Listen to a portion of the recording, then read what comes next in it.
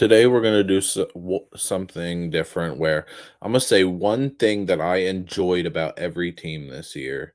If you've watched me before, I've talked about, you know, being happy to watch the game of basketball or enjoying basketball. That's why I like the numbers on the board show so much because their brand is enjoy basketball, and I think what they do over there is perfect. So this is, inspiration from them. So we're going to go just one thing, maybe it might be a second thing about some of these teams that I enjoyed every year. Some could as simply be a player, something could be, you know, uh a front office thing. It could be how a team could look in the future. It could be something they did earlier in the year. But one thing about every team, again, some of them are more in depth than others, but we'll start off. And the thing with the Hawks that I really enjoyed this year is that after this season, it to me it seems like their future is brighter than what it seemed. At least for me, in the beginning of the year, wouldn't have said that their future was going to look too bright because I would have thought Trey Young was going to be traded, and he still very well could be, and this will still be true even if he does.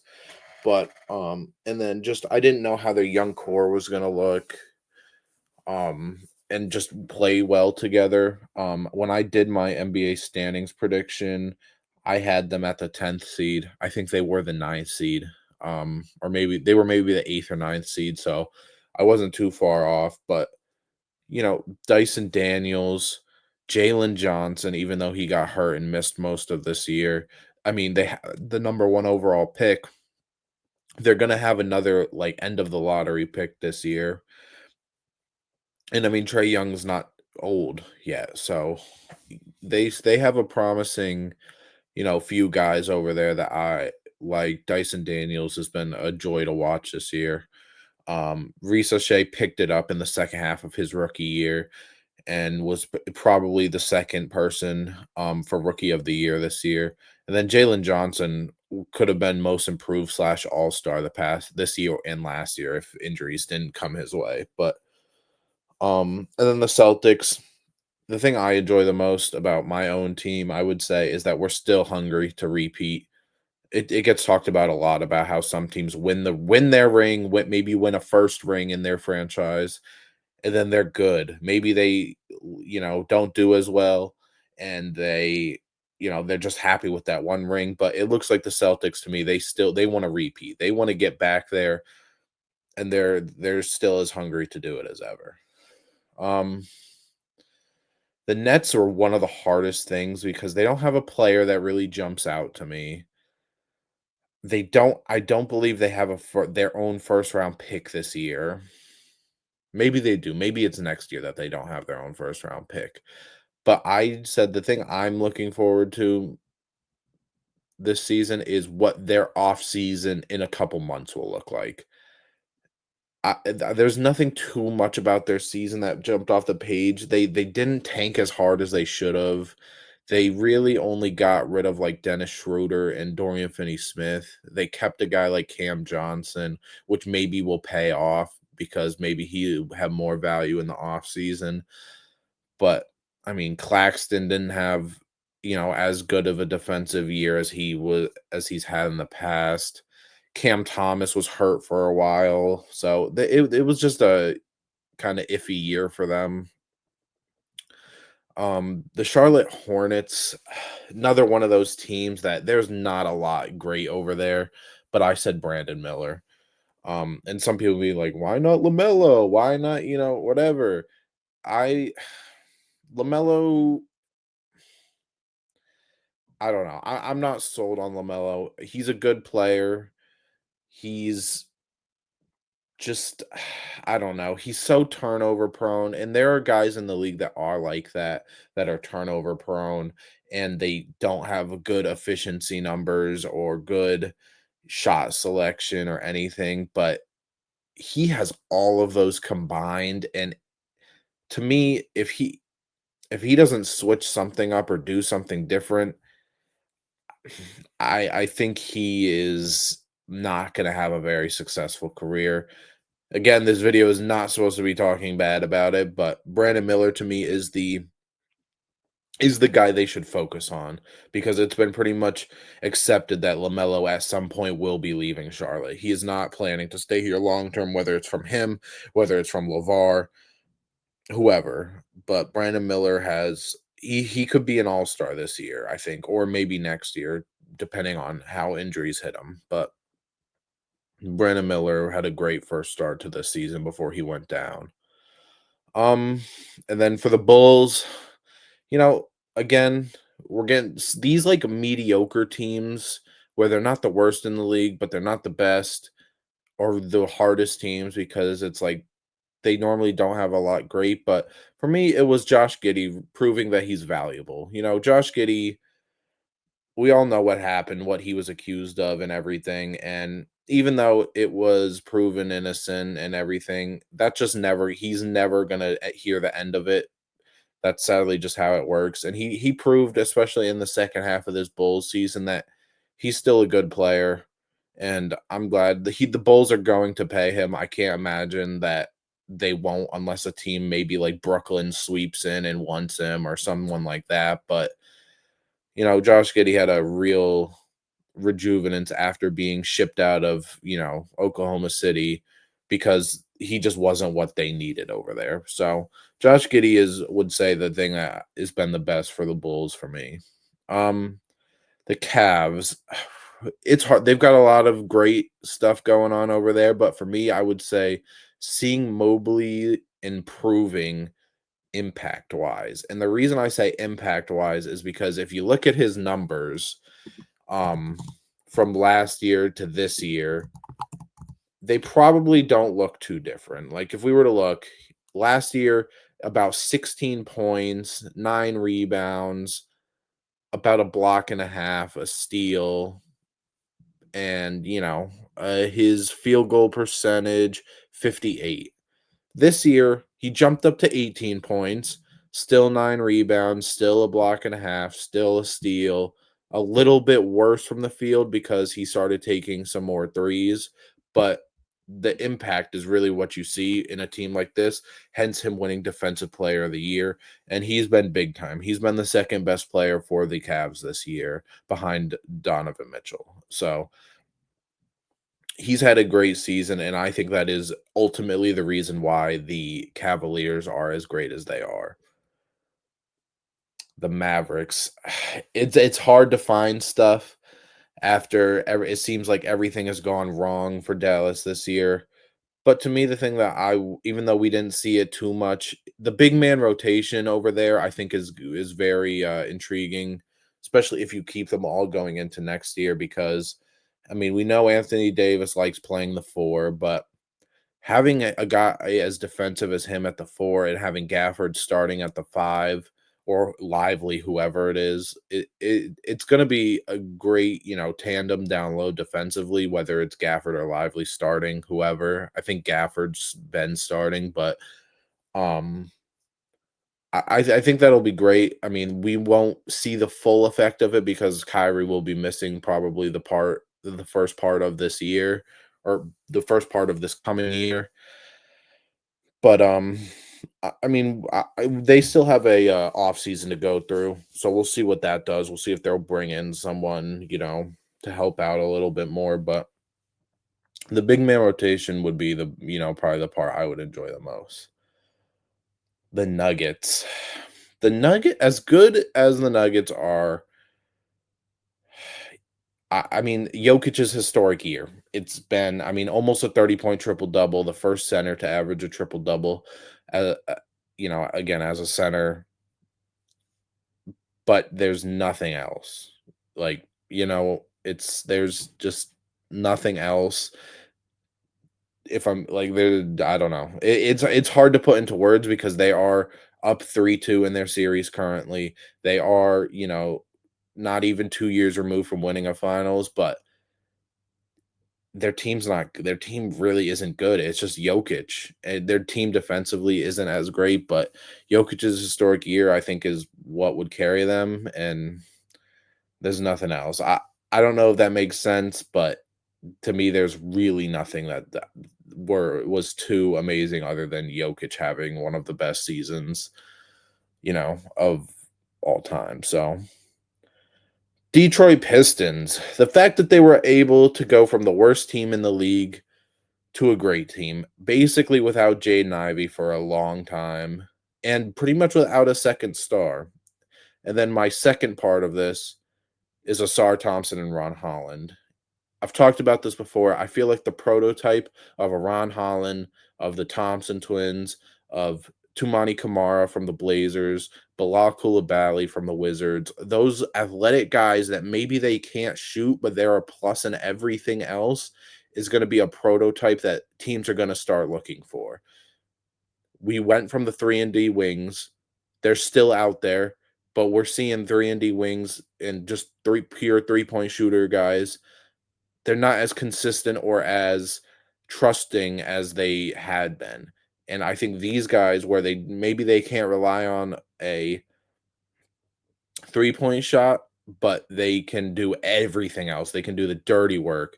They could do whatever else. The only thing is, those guys are going to most likely be guys that you have drafted because they're going to be young, because they're doing the dirty work. The older guys typically will not be doing the dirty work. They'll maybe be the corner sitters, or they'll be the, stuff like that. But again, Pistons, great year. I wonder what they'll be doing with Jaden Ivey. I wonder what they'll be doing to get better. But it's been a great year.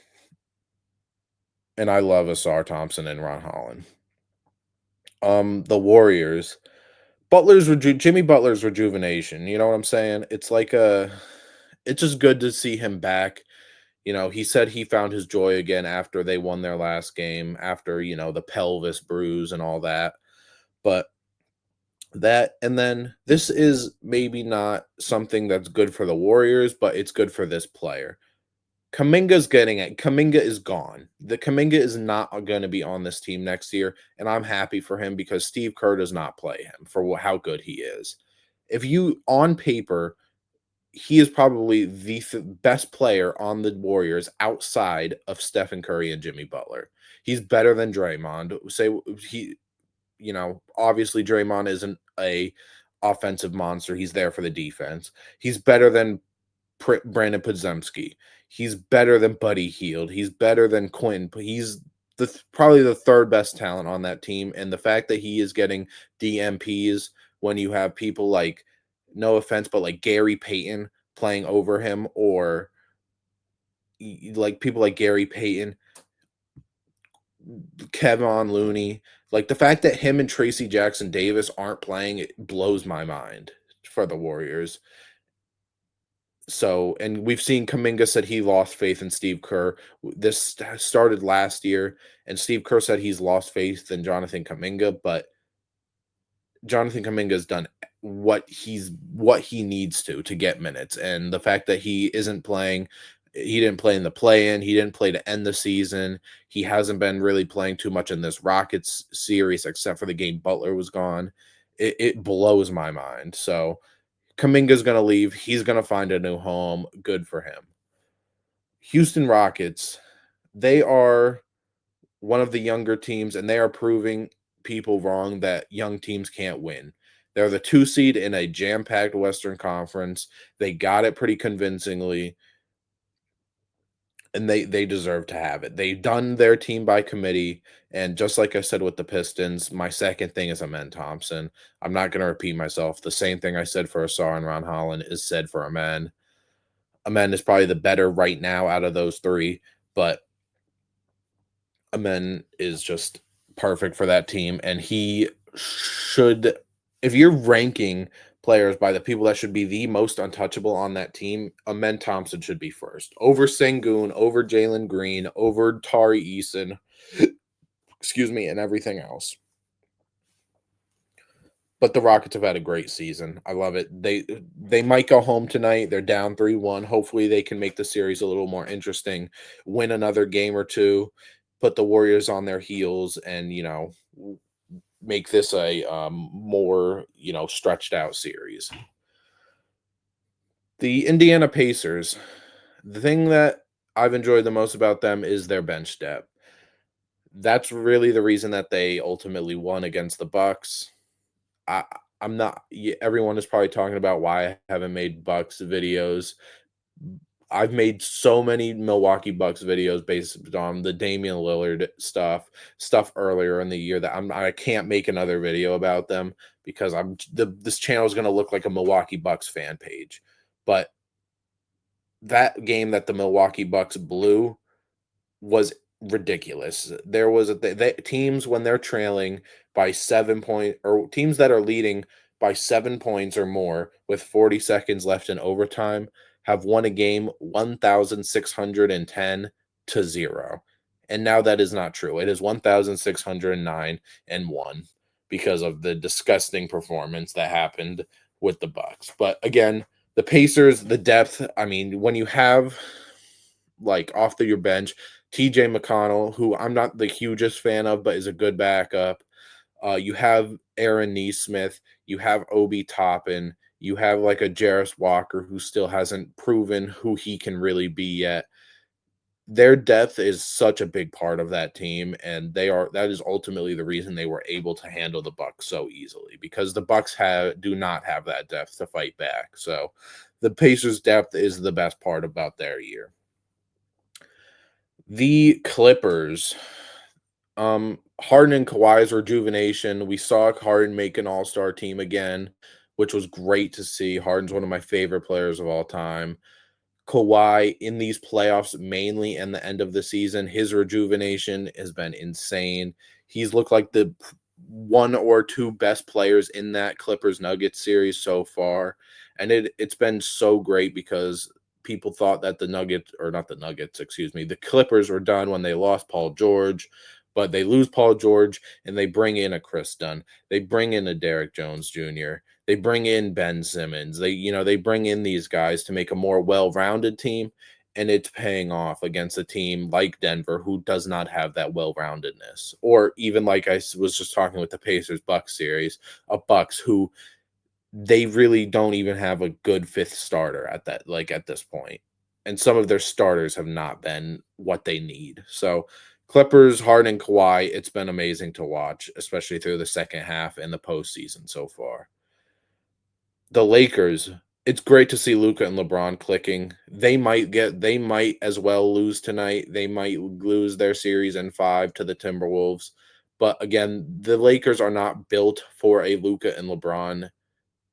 They are not This Lakers team is not built for what a Luka and LeBron team should look like. It was built for a LeBron and Anthony Davis team.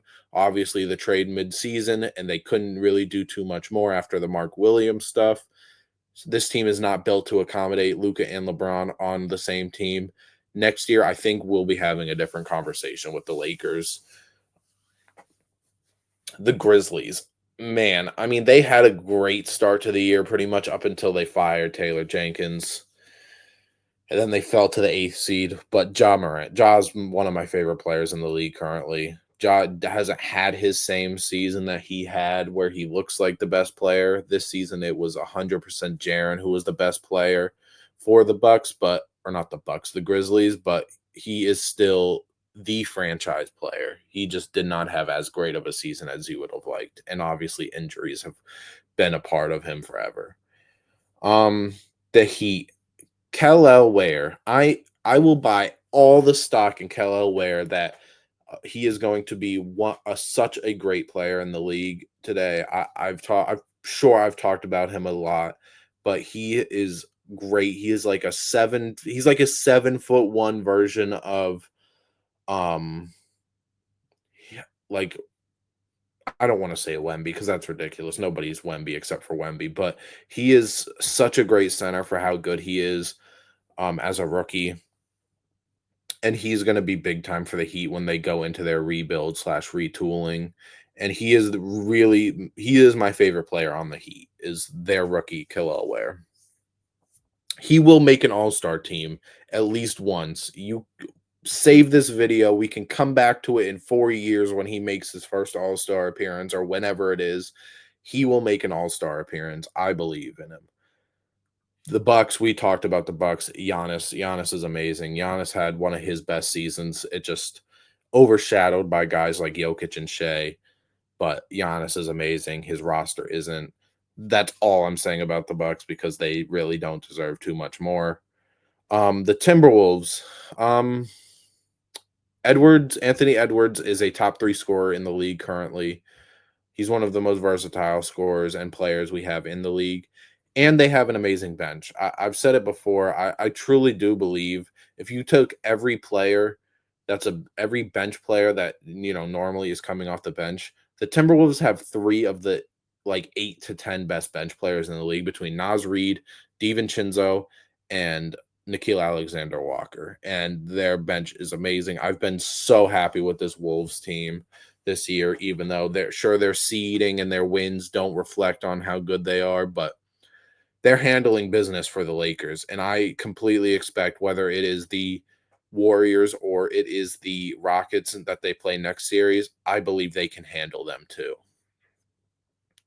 So Timberwolves, I'm a big fan. Great year for them, even though again, their win total isn't maybe what they would have wanted.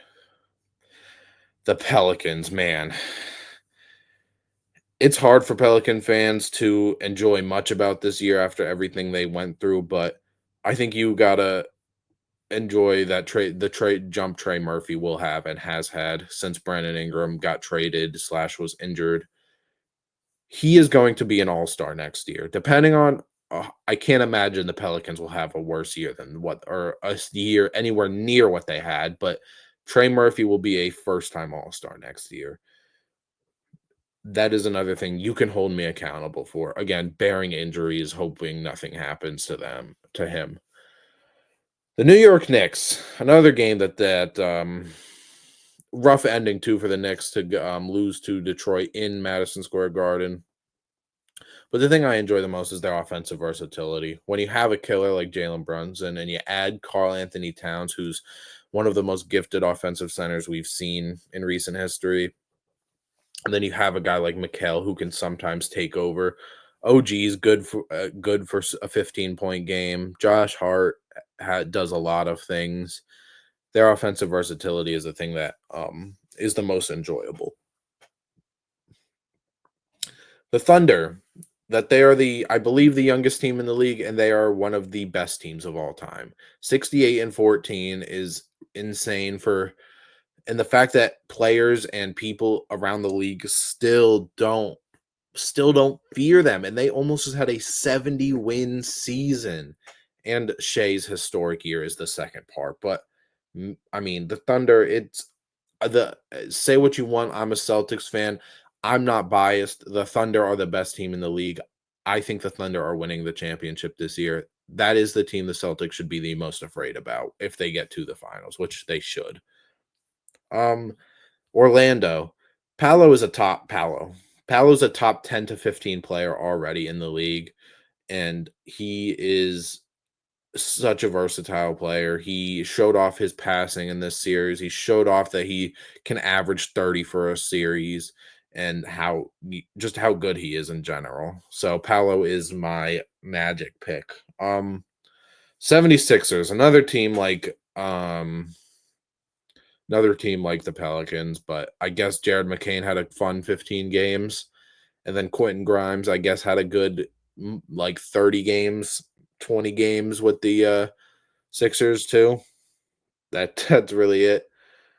The Phoenix Suns. The thing I enjoyed the most was the start of their year. I think they started off 8-1 or something like that.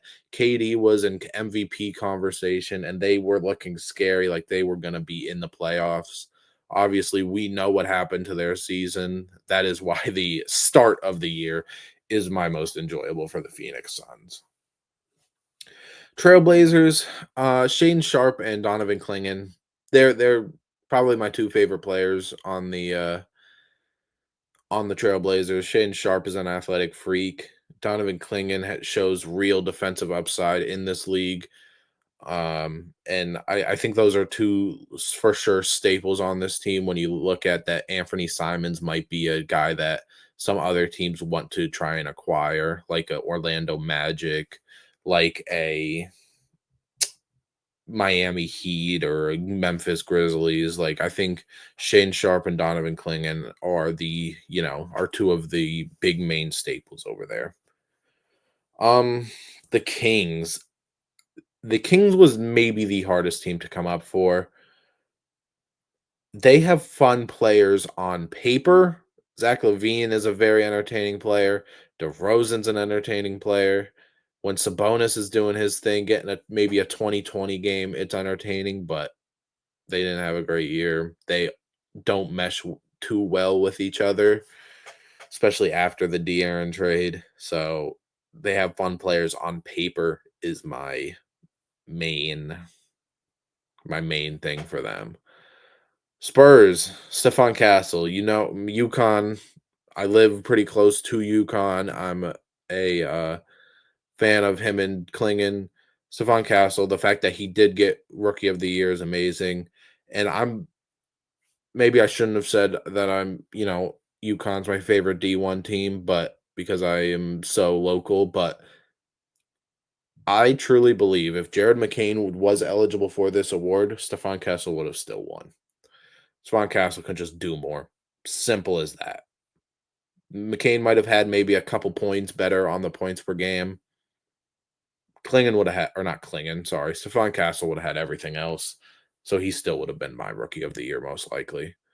Unless Jared McCain jumped up to like 20 points a game and really was doing something big over there. But the Raptors, I put literally the same thing as the Kings. On paper, they have fun players. RJ Barrett had a great year. Manuel Quickly on paper is fun. He was hurt though. Scotty Barnes, Brandon Ingram obviously didn't play for them.